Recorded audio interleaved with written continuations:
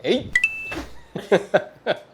Hoje eu vou ensinar as pessoas a montar corretamente a sua placa-mãe. Como é que eu faço o passo a passo? E aqui nesse vídeo você vai ter esse guia completo, tá? E eu vou passar ele atualizado com várias plataformas aí que são atual do nosso mercado para não ficar nenhuma dúvida. Então já se inscreve, deixa o like e quem sabe se tornar membro do canal como uma pipoquinha, rainha da tecnologia. Ele faz uma coisa assim, né? A primeira coisa que eu vou mostrar para vocês que começa, né, é a parte da CPU. Aqui eu já separei 3 placas-mãe. Aqui nós temos a plataforma AM4, que já está com o nosso 5800X.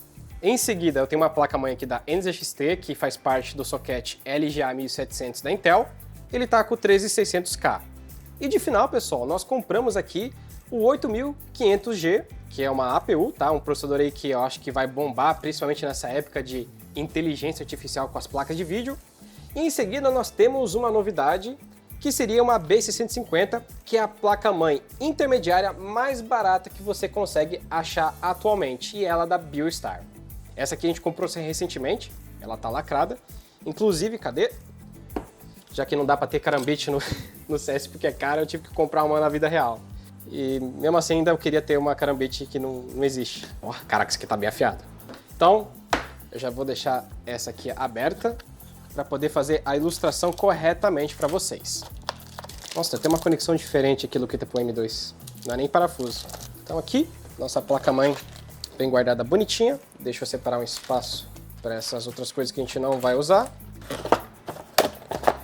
Eu gosto sempre de guardar as coisas com muita cautela, porque às vezes eu uso como cenário. Então, se você tem essa mesma vontade... Ah, e você sabia que o plástico que vem aqui na placa-mãe, quando você comprar a sua nova, ele protege contra curto elétrico?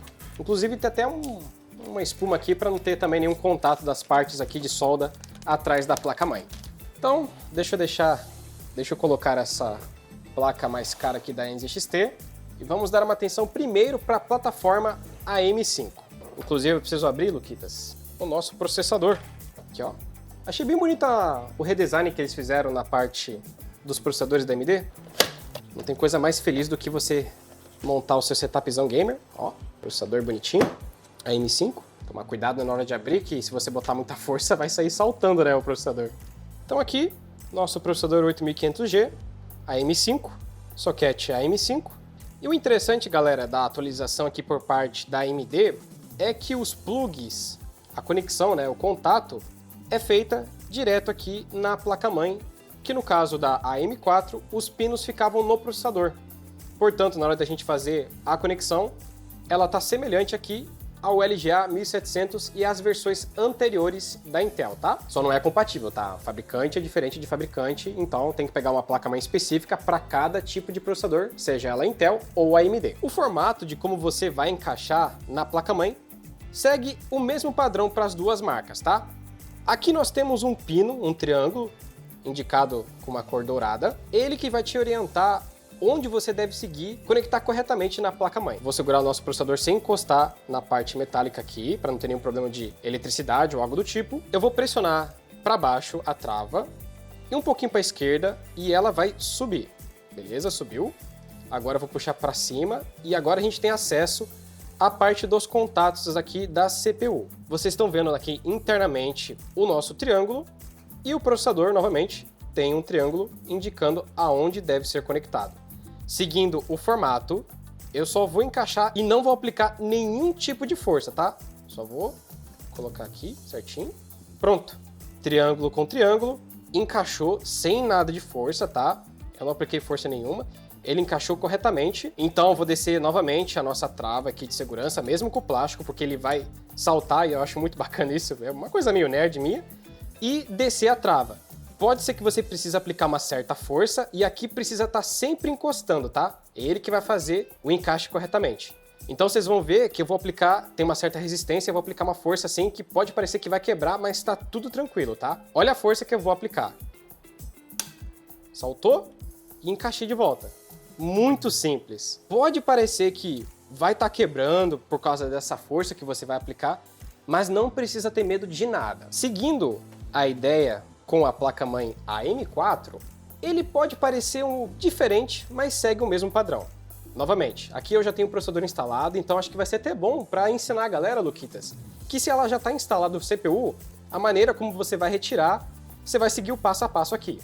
Novamente, eu aplico uma força para baixo ou lateral, dependendo do caso, ela vai sair da trava, você levanta 90 graus e agora o processador saiu, ele está destravado. Eu vou puxar para cima, sempre pegando pelos lados e vai sair com facilidade. Como essa é o processador que a gente usa para testar as coisas, está lotado de pasta térmica, a gente usa esse processador há mais de, sei lá, 2 anos, precisa de uma limpeza. Eu acho que quando eu for conectar de novo eu vou ter que dar uma passada de álcool isopropílico para deixar limpinho aqui os contatos, para não ter nenhum problema.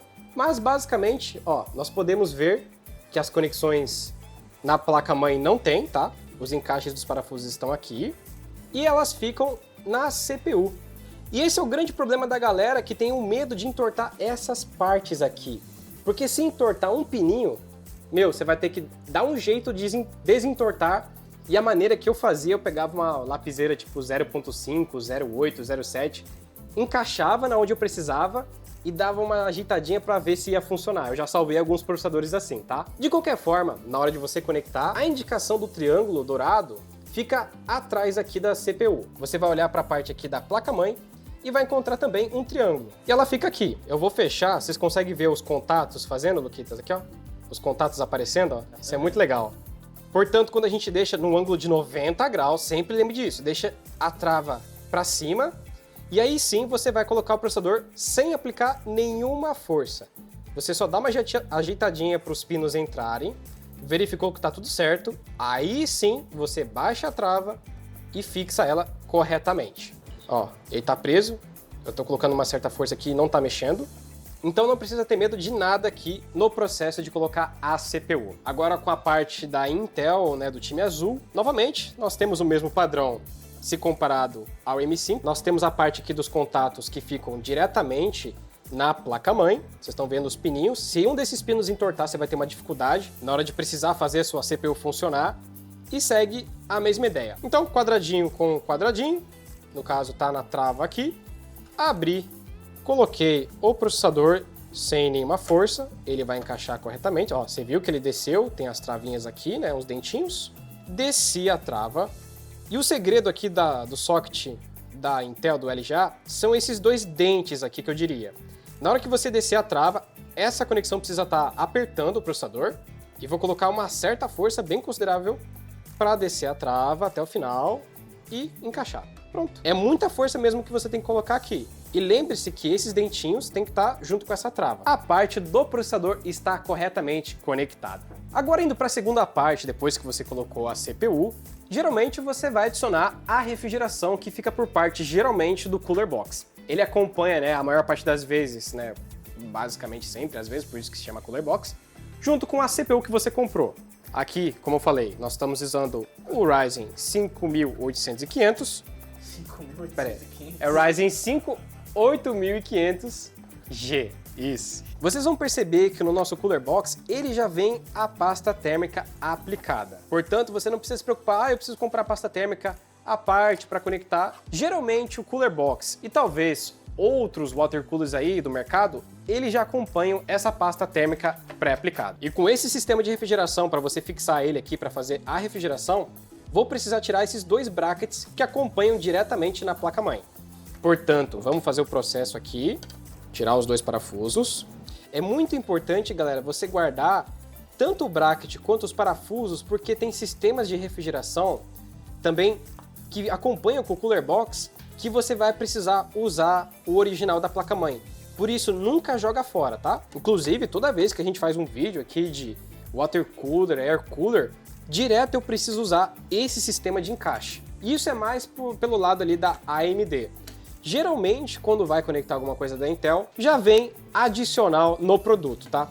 Eu vejo isso muito em air cooler, principalmente no LGA 1700, que tem um backplate diferente, aí são outros detalhes. Inclusive, eu acho que vale a pena a gente fazer, Luquita, um vídeo dedicado de como instalar, tipo, uns 3 diferentes air coolers com sistemas diferentes de encaixe e também de water cooler. O que você acha?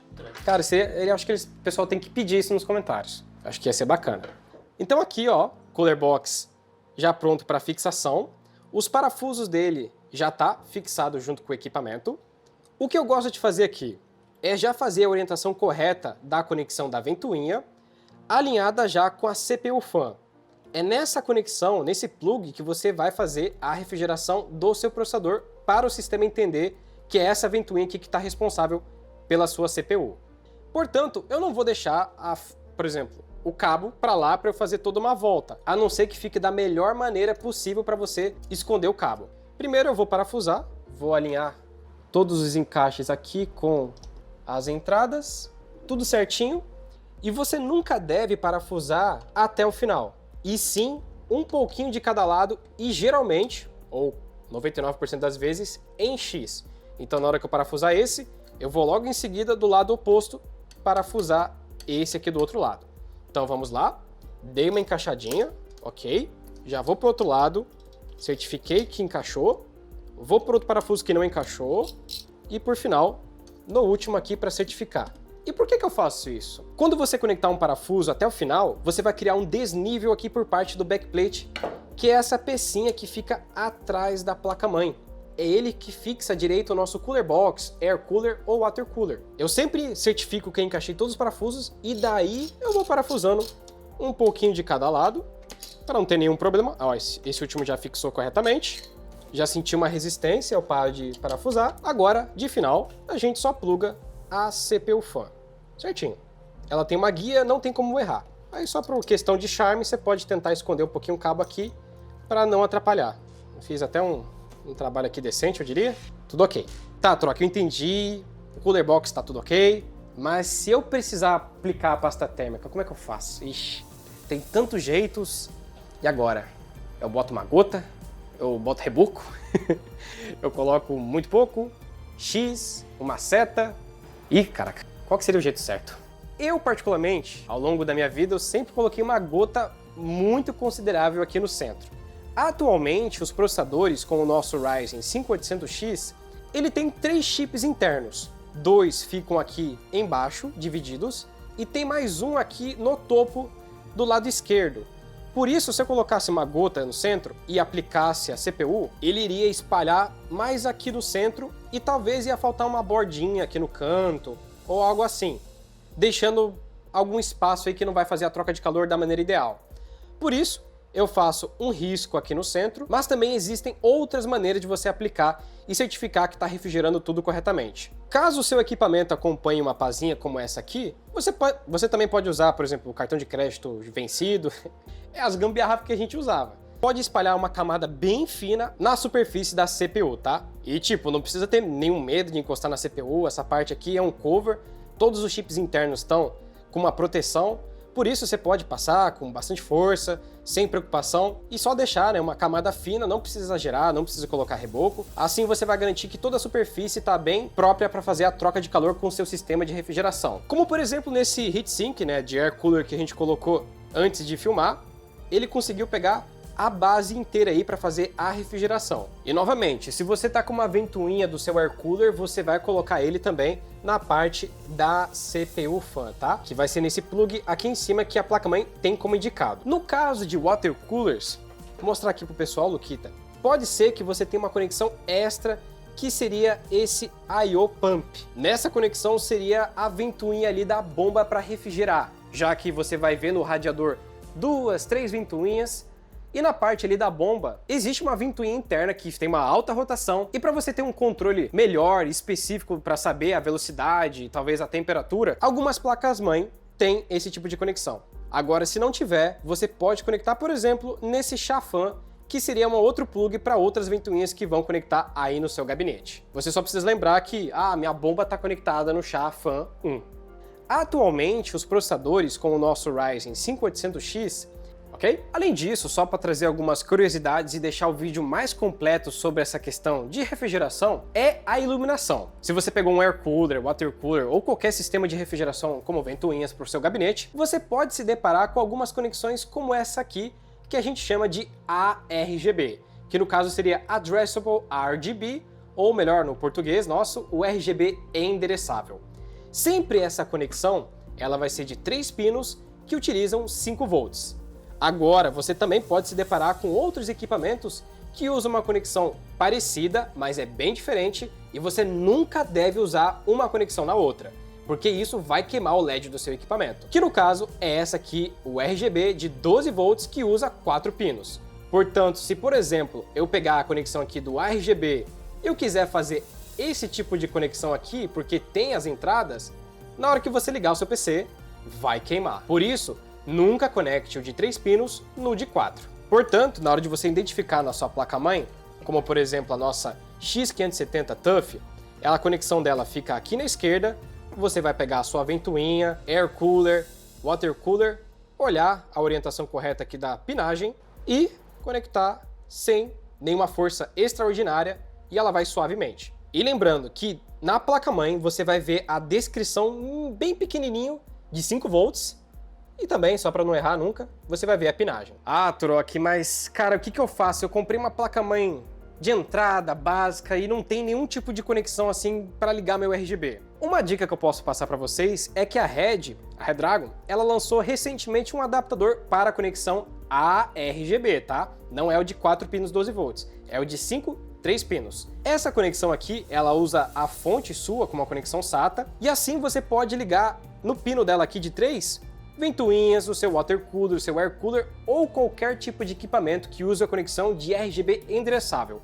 Por isso, essa pode ser a salvação bem barata e que fica por volta de 20, 30 reais para muita gente que pega uma placa-mãe baratinha aí. Inclusive, eu vou deixar o link na descrição, tá bom? Agora com a memória RAM, galera, eu tô segurando aqui um pente DDR5 e a diferença do modelo DDR4 para o 5 é obviamente o seu encaixe, porque um modelo não vai caber na placa-mãe que suporta o DDR4 e outro também não no DDR5.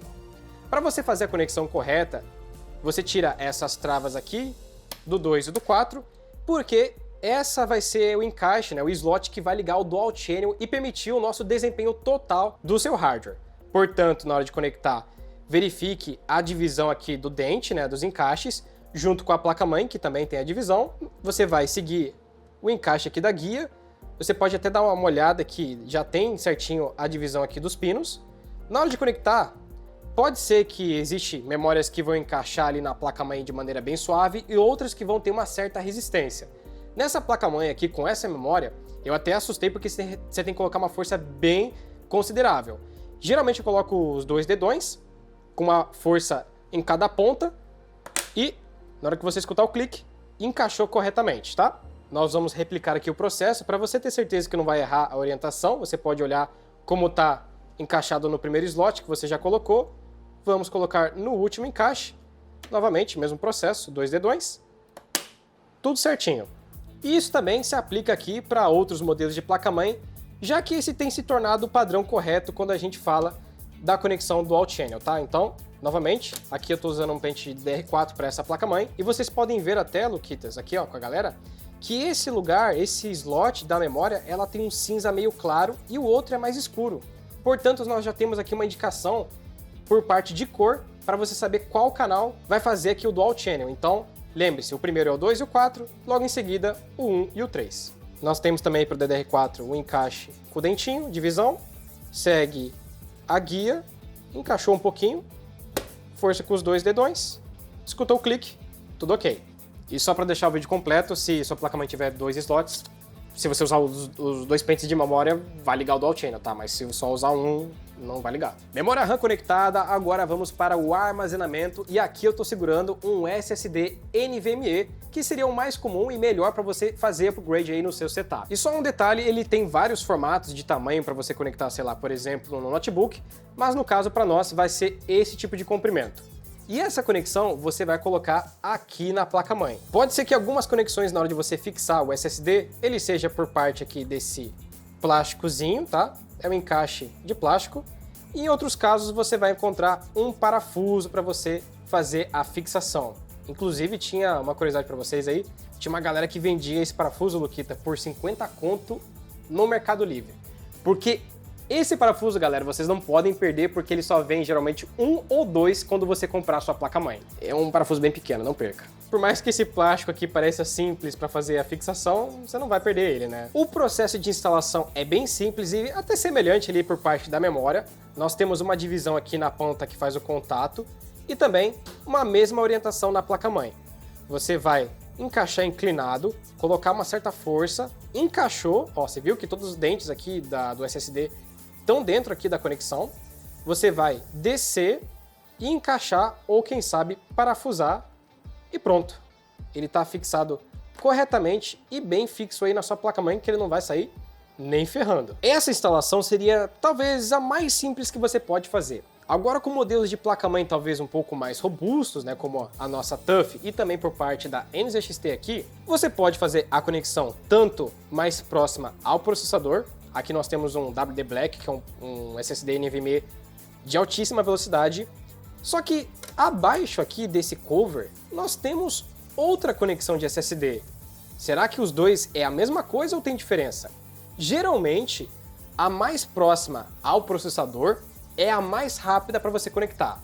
Por isso, se você tem um SSD NVMe que usa Gen 4, ou seja, a geração aí, uma das mais atuais, que tem que estar compatível ao seu processador, você vai colocar aqui no primeiro slot, beleza? Só que é o seguinte, na minha placa-mãe lá de casa, a conexão mais rápida fica aqui embaixo, que inclusive também tem um cover. Tem um thermal pad aqui que tem a função de melhorar aí a transferência de calor, a dissipação, só que no caso do nosso WD Black ele já tem um dissipador embutido. Aliás, galera, tem um ponto que talvez você se depare aí em algumas situações, porque é o seguinte, aqui eu tenho um SSD que tem dissipador nativo pelo fabricante. Caso eu fosse conectar nessa outra placa-mãe nossa da NZXT, eu tenho um cover, e esse cover ele bloquearia pelo tamanho do dissipador do NVMe para conectar. Por isso eu teria que talvez optar em tirar esse cover para ter compatibilidade aqui na parte de baixo, meio que tiraria, né, toda a beleza meio da estética clean que a marca tá trazendo aqui, ou eu opto em tirar o dissipador que vem pelo fabricante. Então assim você deixaria focado mais em estética. Apesar de SSD não esquentar tanto atualmente, você tem que lembrar que vários outros componentes do seu setup vai estar esquentando. E eventualmente tudo que esquenta vai juntando com as outras coisas. Por isso, quanto mais frio tiver a sua máquina, mais durabilidade ele vai ter ao longo dos anos, menos preocupação e por aí vai. Ok, agora vamos para a placa de vídeo. Geralmente essa é a última peça que você finaliza ali na hora de você montar o setup, mas aqui eu tô mostrando para vocês aonde deve ser conectado para deixar tudo certinho na sua máquina. Nos modelos mais básicos de placa-mãe, como a gente tem aqui, um modelo intermediário, você vai encontrar o slot PCI Express. Nesse modelo em particular, nós temos aqui apenas uma conexão, que tem também uma trava. Agora, se eu olhar, por exemplo, para a nossa TUF, nós temos duas conexões aqui, e na placa da NZXT tem 3. Então, qual dessas eu devo conectar? É tudo igual? Se eu precisar de mais espaço no gabinete, então eu coloco na segunda, na terceira. Aqui você vai identificar um ponto importante que eu acho que pode passar despercebido, que é o seguinte. No primeiro slot, ele sempre é o que você deve conectar. Se vocês notarem aqui bem específico, tem um reforço em metal, se comparado a de baixo. Você está vendo que é só um plástico, e logo aqui em cima a gente tem um baita reforço, que geralmente, né, para placas de vídeo aí, com 3 ventoinhas, aqueles bem robustos, quanto mais reforço, melhor. Agora, para você fazer a conexão, lembre-se de tirar o cover que vem aí na sua placa de vídeo, e também você vai alinhar com a conexão aqui do PCI Express, que tem uma divisão. Aqui você vai ver uma divisão, a trava aberta e vai alinhar com os encaixes. Deixa eu deixar a placa aqui. Botou uma força para baixo, fez o clique, conectou. Certinho. Nem dá para ver direito, né, Luquita? Aqui tá a trava. Vou até, ó, tá fixado, eu tô levantando. O primeiro slot é o mais rápido, que geralmente você vai ver com a nomenclatura de 16X. É ela que você sempre deve usar com a sua placa de vídeo. Novamente, abri a trava, conectei, colocou a força para baixo, escutou o clique, encaixou. E o que acontece com alguns modelos de placa de vídeo pode ser que ela entorte um pouco, dependendo do seu peso. Por isso que muita gente, para ter certeza que não vai ter nenhum problema com essa conexão, usa um suporte de GPU. Tem modelos baratinhos, modelos mais caros ali com algum RGB, então fica ao seu critério adicionar esse tipo de acessório para durar mais o seu hardware. Mas lembre-se, o ponto é sempre você utilizar 16X, que é o primeiro slot do PCI Express. Mas vale lembrar que pode ser que certo fabricante com alguma placa-mãe, né, algum modelo, coloque o 16X no segundo slot aqui. E isso geralmente você vai ver pelo reforço visualmente aqui na placa. E geralmente o segundo slot é o 8X. Ou seja, você vai estar limitando aí a sua GPU na parte do desempenho pela metade se você usar essa conexão. E o motivo de você ter várias aí entradas PCI Express pode ser para a pessoa que quer fazer SLI, que seria usar ali, por exemplo, 2 placas de vídeo para aumentar o desempenho. Atualmente para jogo não é tão interessante, mas caso você faça aí renderizações de 3D, VFX, né, algo mais pesado, pode ser que dentro do seu segmento você consiga extrair mais desempenho. Mas para jogo atualmente eu não recomendo. Além das opções de armazenamento por parte ali do SSD NVMe, pode ser que você adicione aí por uma promoção que vai aparecer para vocês de um SSD SATA ou quem sabe de um HD. De qualquer forma, a conexão delas para você ligar na placa-mãe é via um cabo aqui SATA de dados, que acompanha junto com a sua placa-mãe. Portanto, na conexão você vai ver que tem 2 encaixes, uma é de dados, a outra é de energia. O cabo de dados acompanha com a sua placa-mãe. Dentro aqui, ela tem um formato correto para você conectar. Eu falo que tem um Lzinho aqui interno. E nesse modelo em particular, ela tem uma trava. Então, depois que ela estiver conectada, para você tirar, você tem que pressionar essa parte, tá? Então, para conectar ela corretamente na sua placa-mãe, eu vou pegar esse formato que é o ideal para você quando estiver conectado dentro do seu gabinete, olhar internamente o formato aqui do Lzinho, olhar no SSD e fazer a conexão sem muita força e escutar o clique. Ó, encaixou? E por parte da placa-mãe você vai identificar o SATA aqui. Pode ter várias conexões, tá? Geralmente tem muitas. Eu particularmente não tenho uma preferência de qual conectar, eu acho que eu deixo mais por parte da estética, mas antigamente, nos tempos ali primórdios de placa-mãe, o ideal seria você conectar tipo no SATA 0 ou no SATA 1, que seria o primeiro tipo de barramento ali para passar os dados e ter um melhor desempenho. Atualmente eu nem sei se faz tanta diferença, eu foco mais na parte da estética.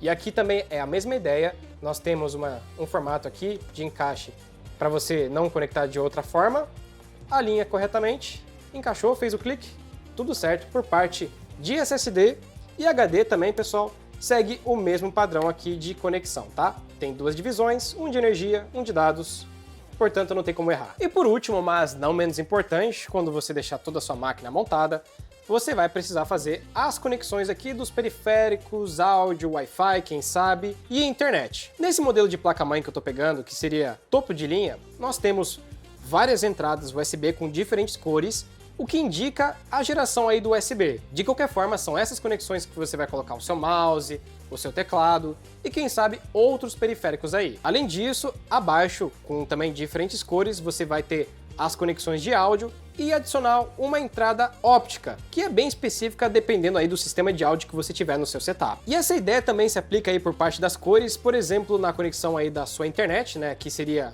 o encaixe RJ45, que se não me engano, a cor vermelha indicaria que é uma conexão gigabit. Eu acho que atualmente a galera deve ter uma internet que chega facilmente a gigas, né, mas isso também, né, para você tirar o máximo de desempenho da sua internet, da sua rede, a sua placa-mãe ou placa de rede externa precisa estar alinhada também.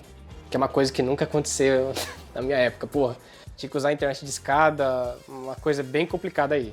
Além disso, outra conexão que eu acho que pode também gerar uma certa confusão quando você é bem iniciante é encontrar uma entrada de vídeo, que aqui pode ser HDMI, VGA, DVI e por aí vai. Quando você tem uma placa de vídeo dedicada, você não vai utilizar essa conexão aqui da placa-mãe. Você só vai conectar se utiliza o vídeo integrado da CPU, que é o caso do nosso 8500G, que é uma APU, ou seja, ela tem uma parte aqui de vídeo integrado. Portanto, se eu não estivesse usando essa 4060 da Manli, eu precisaria usar a conexão aqui HDMI, tá? Que inclusive tem indicação de 1.4. Só que na maioria dos casos, você aí com uma placa de vídeo, aí sim você vai usar o HDMI, DisplayPort da sua GPU. Por isso, se você terminar de montar o setup e tipo, não tá dando vídeo, calma, verifica isso primeiro porque é um erro muito comum. Não só isso, outro detalhe que você não pode esquecer de colocar no seu gabinete é o espelho aqui da placa-mãe. No caso, esse é o espelho da nossa TUF, você vai colocar na placa-mãe e é ele que faz todo o formatozinho aqui para ter acesso às conexões da sua MOBO. Mas pode ser que em certos modelos que você pegue, como essa NZXT, ela já venha integrado à sua placa-mãe. Por isso, depois que você montar todo o seu setup, verifica mesmo se você não esqueceu disso, porque senão daí vai ter que tirar a placa-mãe. Não é muito gostoso não, viu? É horrível. Péssimo. Agora que você já tem uma base aí de como fazer as conexões corretas da sua placa-mãe, existem também outras conexões, outros headers aqui, como o painel frontal aí do seu gabinete, né? Que essa é a parte que a galera tem muito medo de conectar, porque, sei lá, vai queimar o componente aí, o PC, o hardware, e daí não ligar o PC. Pode ficar tranquilo, eu não vou abordar no vídeo de hoje, mas eu já tenho um vídeo dedicado de cada detalhe aqui, com a parte do painel frontal, ou se você precisar também, da parte de energia da sua placa-mãe. Por isso, se você tem alguma dificuldade nesses pontos, vai ter vídeo aqui no card, ou quem sabe na descrição, por isso pode ficar bem tranquilo. E esse é o nosso guia de como você conectar corretamente a parte aqui das conexões da sua placa-mãe. Ficou alguma dúvida? Que ficou fácil de entender? Eu acho que eu consegui passar a ideia bem completa no passo a passo das conexões dos hardwares mais atualizados e de todas as conexões que você precisar da sua querida placa-mãe e montar o seu setupzão sem nenhuma dor de cabeça. Se você achou que faltou alguma informação e se você quer ajudar o pessoal aí, deixa nas descrições que quem sabe eu deixo ele fixado e já deixa o like, se inscreve aqui embaixo e quem sabe se torna uma... Nossa, eu perdi a voz! Pipoquinha! Eu vou ficando por aqui, um grande abraço e um beijo na bunda de vocês. Até mais, pessoal!